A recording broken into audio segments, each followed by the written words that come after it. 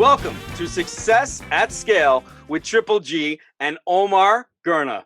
I love this guy. He is such a good friend of mine. I had the privilege and honor of working with Omar back at Cano Computing. Omar has been building brands for the last 20 plus years. He has been working with some of the top brands in the industry, working with Sonos, and now working with companies like Uber and Uber Eats. He's done so many great things. I can't wait to share with you all the great things that he's been up to. Builds global brands and delivers marketing campaigns, move metrics, hearts, and minds. I need to get you to write my resume and my LinkedIn profile, because that was great. It's better than I would have put it. So thank you. Again, this is Success at Scale with Triple G. Omar, tell us a little bit about you. First, Greg, thank you for having me on. I really genuinely appreciate it. About me, I'm Omar. I live in the UK, so I'm based out of London, but I've worked with a few companies, largely international roles, which is how I know the Stein, Gregg himself from Triple G. I started at Sony, so I did product marketing at Sony. I spent a little bit of time working for them in the US in their corporate development team. I moved to Sonos, who do wireless speakers, and helped start that brand in the UK and then Europe. And then I moved to their global team, where I led global retail and brand strategy for them.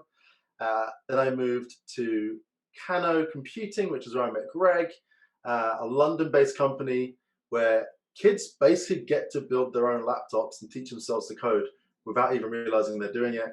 And then I'm now at Uber, where I lead marketing for Uber Eats and for Uber Rides in the UK. So yeah, that's a potted history of me. That's quite a journey you've had. How do you think about telling a brand story or building a brand? I think one, like, first of all, let's be clear. I also got lucky, right? Like, I've been lucky to work at some of these great companies, and they are all great. There's one thing that's true for all of those companies that they all have in common, other than that I love the product, right? Which is why I ended up all of them. The thing that's true for all of them is they have a very clear mission. So for Sonos, the singular belief was that if people get Sonos in their home, they will listen to more music. More music will make your house a better place, period. That was it. And it didn't matter if you were speaking to the janitor or the head of engineering or me in marketing, we would all tell you the same thing. We were there to get people to put more speakers in their home so they would listen to more music and their home would be a happier place, period.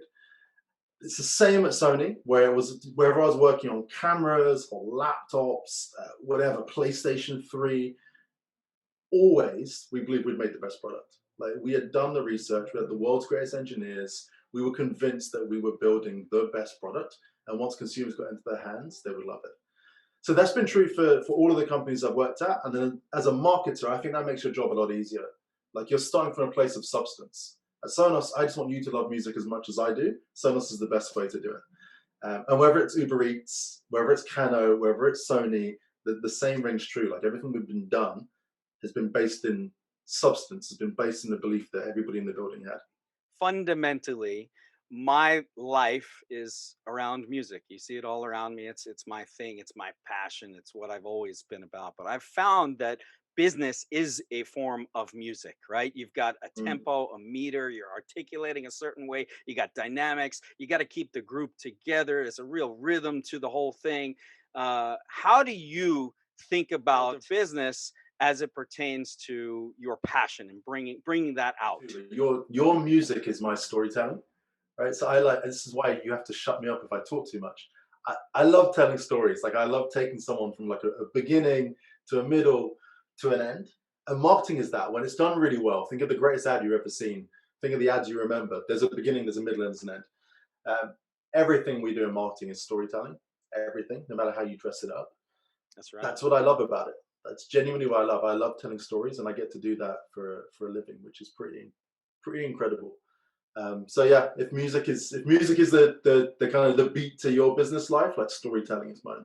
In our experience together at Cano, for example, we were creating a category, cultivating something new together. And as we got into thinking about solving some of these complex problems, the one thing that I thought that you always brought was a level of creativity. How do you think about creativity, especially in the large corporate world that you live in? How do you apply creativity to what you do? I'm going to come back to storytelling, and because one of my passions outside of work is photography. And here's the thing I love about photography, particularly like street photography and documentary photography, is you have to figure out how you're going to tell that story in a single frame. Like you have one image, and that one image has to tell you everything. You're going to know where they are, what's happening, why are they there, why are they sitting in that position. I love that. And when it comes together in photography, there's this magical thing when you get a photograph and you look at it, you're like, man, I got it. Like, and for me, it's very rare because I'm not very good, but there's that moment when you're like, I got it. Marketing is the same, right? Like you have, particularly on digital actually, which is where most of my career has been. I got 3 seconds to, if not less, stop your scroll through Facebook or Instagram. I've got to grab your attention. I got to land a story, and I've got seconds, if not milliseconds, to do it. The thrill of trying to figure that out, whether it's a computer that's going to teach your kid how to code, whether it's that I can deliver your meal in the next 6 minutes from the Uber Eats app, or whether it's that I can bring music to every single room of your house, I have a few seconds to grab your attention and tell you that story. To do that, you have to be creative. Like you can't be literal because it will not work. You haven't got time. You won't grab people's attention. So I liken marketing and the creativity in marketing to photography. Like what makes a great photograph work is the same thing that makes a great ad work.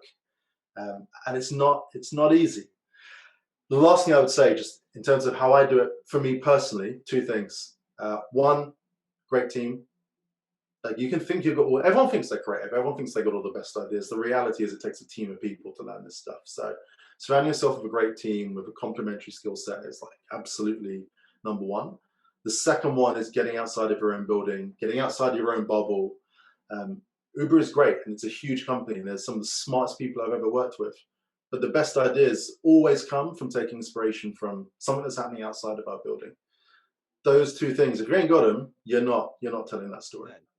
People and leading teams, building teams, hiring, recruiting, and getting them to the next level. And then process, right? What kind of process do you have, thinking about building brands, telling stories, etc., but also just in terms of your daily operations. So people, process. People is the most important thing, period, right? And I know, and actually I'll answer the second part of your question because I know what I'm not good at, and I'm not good at process. So I will surround myself with at least one person who is, right, who can hold it all together for me, because it's not, I have to force myself to do it. It doesn't come naturally.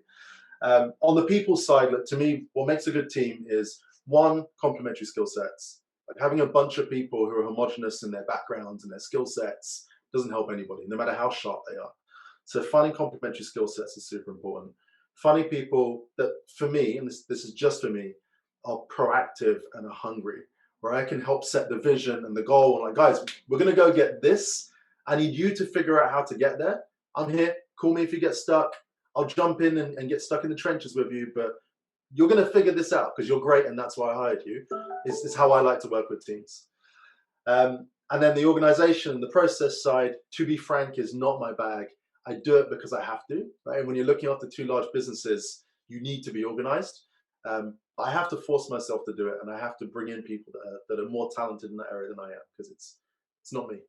If I had to sum it all up, people, passion, process, but people and passion, it sounds like, Omar, are at the top of your list. Is that right?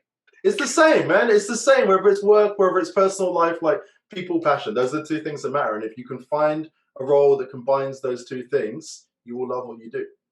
Well, that is Success at Scale with Triple G. I got to tell you, Omar, this has been a real privilege and a pleasure.